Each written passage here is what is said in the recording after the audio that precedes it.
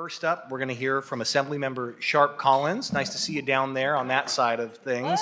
We have item number 17. This is Assembly Bill 785, and if I understand, your first bill you're presenting? This is my first bill. Okay, so everyone get ready with the tough questions, okay?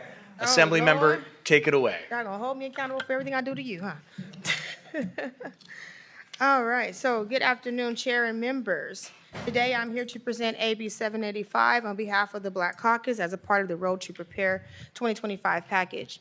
AB 785 will establish the Community Violence Interdiction Grant Program. This bill, which would be administered by the California Health and Human Services Agency, would ensure funding for community-driven solutions to decrease violence in our schools and neighborhoods, as opposed to the continuation of the incarceration.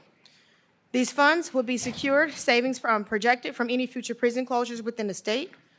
For too long, two things have been happening. First, this legislature has been working tirelessly on criminal justice reform that has led to reductions in our incarceration population without recidivism, allowing for closures of wards, units, and in some cases, entire facilities. When facilities close, California gets ongoing savings from decreased costs of maintaining that building. Second, we continually are told there is no money for programs known to decrease violence and reduce incarceration. Programs like school-based health, behavioral health, youth diversion, gang reduction strategies, and increased recreational opportunities. By using these funds for these preventative programs, we reduce incarceration even further and focus on finding solutions to crime beyond the incarceration of our most vulnerable and underserved populations.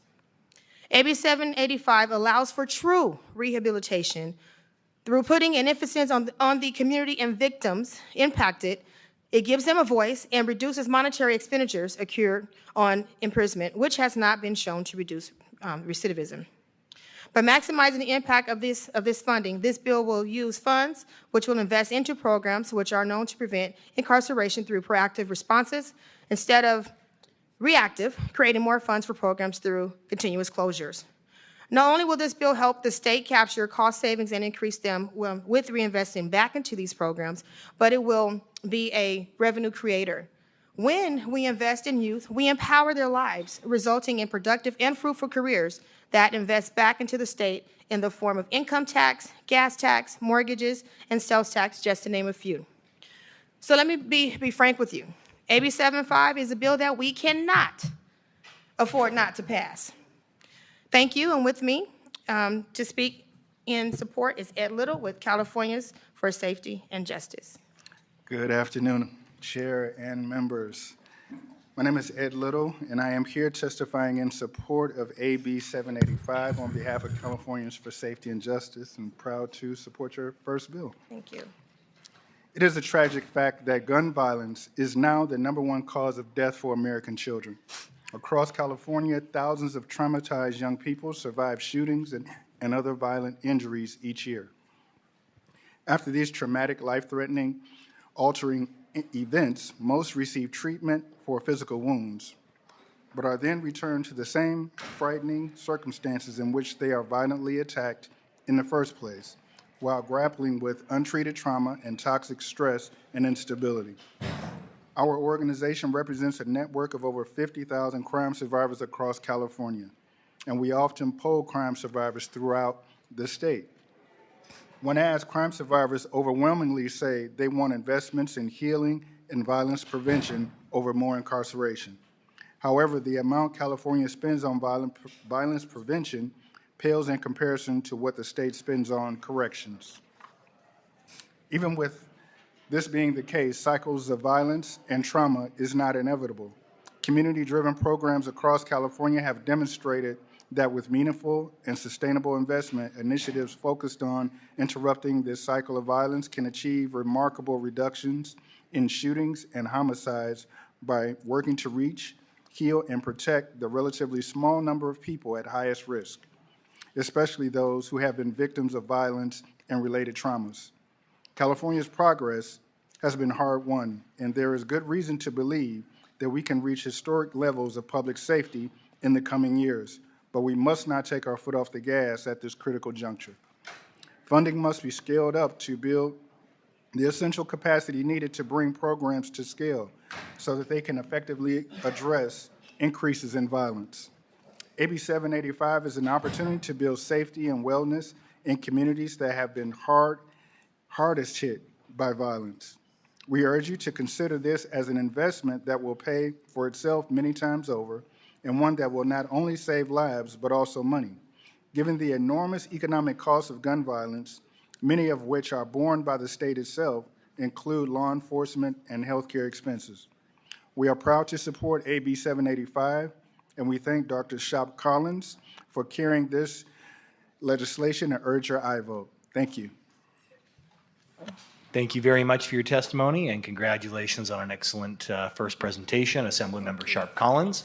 Next, we'll hear from those hoping to speak in support of the bill. Come forward with your name, organization, and position. Leslie Caldwell Houston for the California Public Defenders Association in support. Thank you. Shervin Azami on behalf of Initiate Justice Action in strong support. Adriana Griffith on behalf of Initiate Justice and strong support. Jim Lindberg, Friends Committee on Legislation California, in support. Thank you all very much for your testimony. Next, are there any witnesses hoping to testify in opposition to the bill? Pardon me. Seeing none, anyone else hoping to have their voice heard on the matter? Seeing none, we'll go to questions and comments from the committee. Vice Chair. Good afternoon. Hi. Just want to point out a couple things that it came to our attention, and maybe your staff will change it as well. Some of the dates that take place on the bill itself are actually dated before this would take effect. So I'm sure those amendments would be willing to be fixed on that. And Yes. other than that, Yes. happy to support. Thank you. Great. Thank you, Vice Chair. Any other questions or comments from the committee? Okay, bear with me one moment.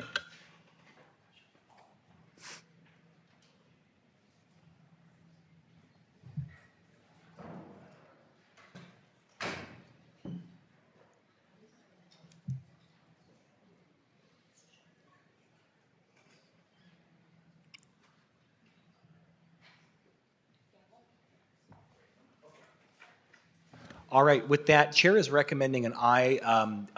Excellent point raised by my colleagues here to my left. I understand the bill, if approved out of this committee, will go to health, so definitely encourage the author to work to correct that as you approach that committee. Is there, actually, before I forget, Assemblymember Sharp Collins, would you like to close with anything? I just would like to thank you, Chair and members, and I respectfully ask for your aye vote. Wonderful. Is there a motion? Second. All right, motion by Gonzalez, second by Nguyen. Let's call the roll. On AB 785 by Assemblymember Sharp Collins, the motion is due pass to the Health Committee. Schultz. Aye. Schultz, aye. Alanis. Aye. Alanis, aye. Gonzalez. Gonzalez, aye. Haney. Parvedian. Lackey. Not voting. Lackey not voting. Nguyen. Nguyen, aye. Ramos. Sharp Collins. Aye. Sharp Collins, aye. All right, it passes and it's on to the Health Committee. Good luck, Assemblymember Sharp Collins, and we'll get you right back up here so you can be the one asking all the tough questions.